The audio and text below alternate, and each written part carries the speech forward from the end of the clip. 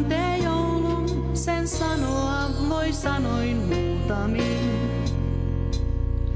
Lapset jätti koulun ja talossa on kaikki sekaisin.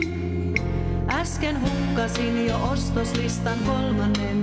On kinkku tilaamatta, vielä ehkä ehdin tehdä sen. Joulutähtikin on nostettava kuuseen. Piilopaikat uudet keksittävä lasten lahjojen.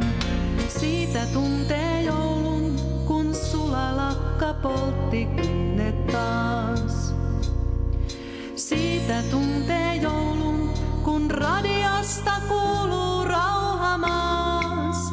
Missä joulukorttilista viime vuotinen? Mä kyllä laatikkooni tänne varmaan talteen panin sen. Mitä merkitsee tuo villihuuto lapsien? Ne on taikinan kai löytäneet nyt piparkankkujen. Siitä tuntee joulun, kun yöllä unta rauhaisaa ei saa. Siitä tuntee joulun, kun aina täytyy mieleen muistuttaa, mikä Elma-tädin lahja oli viimeinen.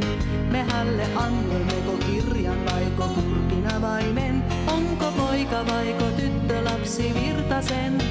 Kuinka leluun sopivan mä keksi, kun mä muistan en. Siitä tuntee joulun, kun uupuneet on voimat ihmisen. Siitä tuntee joulun, kun kiire saapuu ylivoimainen.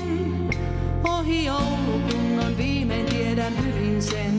Taas kestää kuukausia kaiken tämän unohtaminen. Siitä joulun tuntee, mutta silti kiellä en. Joulu mielestäin on kaikkein paras juhla juhlien.